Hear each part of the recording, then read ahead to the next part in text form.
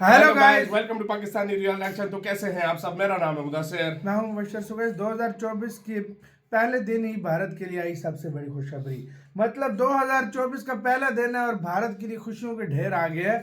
मतलब देखो कितना अच्छा साल गुजर रहा है। रॉकेट छोड़ दिए, एक और अब खुशखबरी आ गई है। क्या हुआ देखते हैं, कानून करते हैं रिटर्न एंड स्टार्ट। नमस्कार दोस्तों, स्वागत है आपका हिंदी नॉलेज शो में। तो दोस्तों 2024 का पहला दिन ही भारत के लिए खुशियों की भरमार ले आया है। दरअसल आज की जो खबर है ना, इसे आप कह सकते हैं सोने पर सुहागा। लेकिन इस खबर को सुनने के बाद आपको लगेगा कि ये तो भारत के लिए सोना ही सोना है, लेकिन असल में वो सुहागा है, क्योंकि सोना उसके नीचे छुपा हुआ है, जिसे भारत चुपचाप अपने पाले में लाने जा रहा है। नहीं समझे?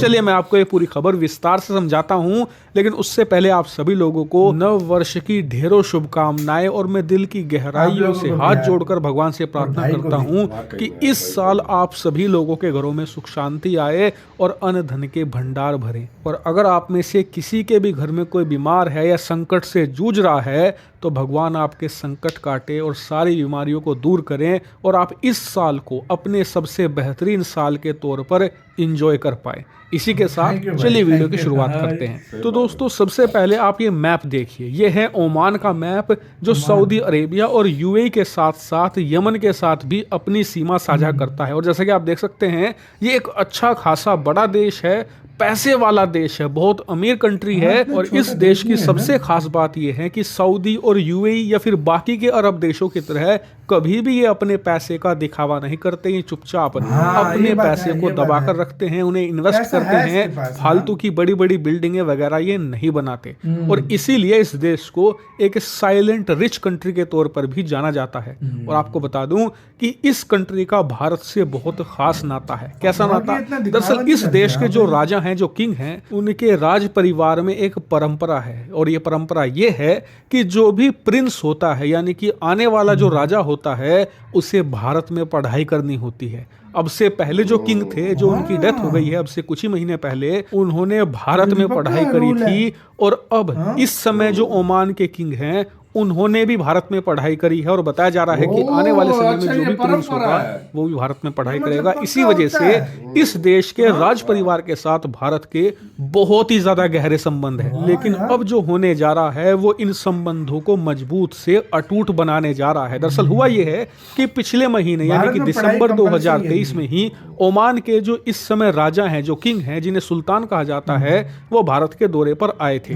इसी दौरे में दोनों देशों के बीच में एक फ्री ट्रेड एग्रीमेंट प्रपोज किया गया, जिस पर दोनों देशों ने बातचीत शुरू करी। और जैसा कि आप स्क्रीन पर देख सकते हैं, खबर आ चुकी है कि दोनों देशों के संबंध इतने शानदार हैं कि इन्होंने कुछ ही हफ्तों के अंदर सारी की सारी एफटीए की जितनी भी डिटेल थी उन्हें फाइनलाइज कर लिया है। और दोनों देशों के बीच में इसी महीने यानी कि जनवरी में ही इस एफटीए की सारी कार्रवाई पूरी कर ली जाएगी। और उसके बाद इस एफटीए को दोनों देश साइन कर लेंगे। और बताया जा रहा है कि जल्दी प्राइम मिनिस्टर मोदी ओमान की यात्रा कर सकते हैं, जहां पर दोनों देश ऑफिशियल तौर पर इसे लागू कर देंगे। अब इसका फायदा क्या है? तो सबसे पहले फायदा आप लोगों को मिलेगा, यानी कि आम जनता को। दरअसल ओमान से हम नाइट्रोजन खरीदते हैं, जिससे कि यूरिया बनाया जाता है। इसके अलावा फर्टिलाइजर खरीदते हैं, अन्य पेट्रोलियम प्रोडक्ट खरीदते हैं।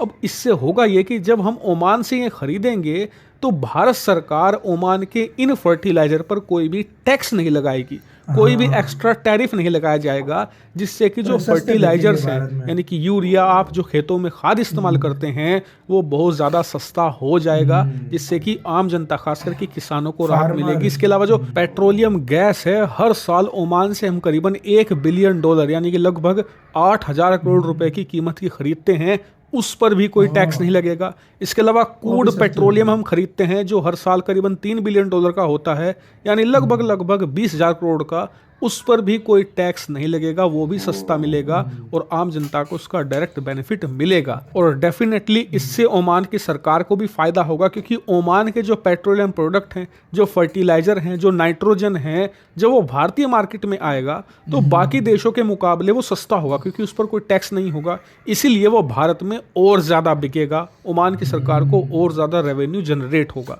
ये हो गया फायदा।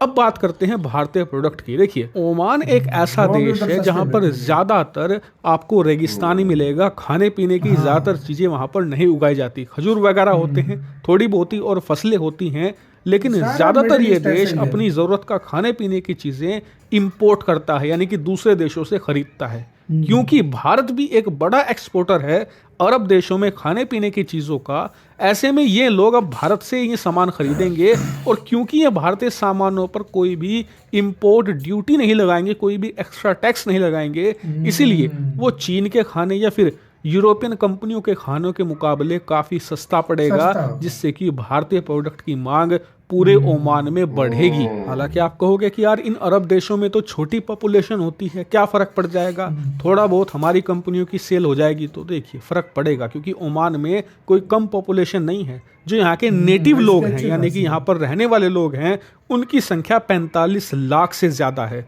और उससे भी बड़ी बात, यहाँ पर बहुत ही ज़्यादा भारी मात्रा में माइग्रेंट वर्कर रहते हैं। उदाहरण के लिए कम से कम 3 लाख तो सिर्फ भारतीय वर्कर यहाँ पर रहते हैं, जो सामान खरीद कर खाते हैं। इसके अलावा फिलीपींस के लोग, चाइनीज लोग, पाकिस्तानी लोग, तमाम देशों के लोग यहाँ पर काम करने आते हैं, जिनकी संख्या कई लाख में है। यानी कि ओवरऑल पॉपुलेशन देखें तो एक बड़ी जनसंख्या यहाँ पर रहती है, और इसीलिए भारत के लिए एक अच्छा खासा मार्केट है और अमीर मार्केट है। सबसे बड़ी बात है, मार्केट बड़ा हो उससे फर्क नहीं पड़ता, मार्केट कितना पैसे वाला है उससे फर्क पड़ता है। और इसीलिए भारत ये FTA करके मोटा मुनाफा कमाना चाहता है और इस पूरे मार्केट को कैप्चर करना चाहता है। और ऐसा नहीं है कि सिर्फ हम खाने पीने की चीज़ें एक्सपोर्ट करेंगे, दरअसल इसके अलावा हमारी प्लानिंग है इंजीनियर गुड्स की, हैवी मशीनरी, स्टील और अन्य प्रकार के ऐसे कंस्ट्रक्शन के मशीनरी जिनका इस्तेमाल ओमान में होता है, वो भी एक्सपोर्ट करेंगे हम।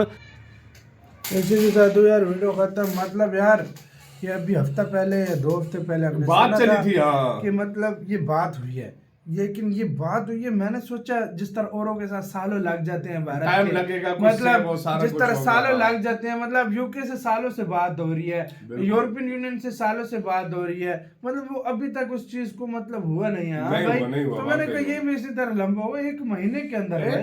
1 महीना भी नहीं हुआ, महीना भी नहीं हुआ यार, मतलब भी नहीं हुआ ना, इसी जनवरी के अंदर साइन हो जाएगा। 1 महीना भी नहीं हुआ पूरा ना, तो देख लो उन्होंने कर दिया सारा कुछ यार। ये बहुत बड़ी बात है अगर देखा जाए यार, इतनी जल्दी। मतलब ओमान भारत के साथ रिलेशन बहुत अच्छे बनाना चाहता है। देखो फ्री ट्रेड एग्रीमेंट हो जाएगा, उसके बाद पेटीएम वगैरह UPI वाला सिस्टम हो जाएगा। अच्छा, उसके बाद इंडिया के साथ और भी काफी सारे रिलेशन इस तरह के बढ़ाए गए हैं। उनका जो होने वाला मिसाइल से डिफेंस सिस्टम भी ले रहा है। उनका होने वाला राजा जो है वो उसकी कंपलसरी है भारत में पढ़ना हर हाल तरह से पढ़ कर यार ये रीत क्यों कैसे उनकी गई शुरू हुई है, किसी को इसके पीछे की हिस्ट्री पता है तो बताना। मतलब कंपलसरी है जो राजा होने वाला वो लाजमी आता है, पढ़ता है इंडिया में आकर। वाह क्या बात है। आपका क्या कहना है इसके ऊपर अपने कमेंट सेक्शन में दें। अपना बहुत ज्यादा ख्याल रखिएगा। तो यार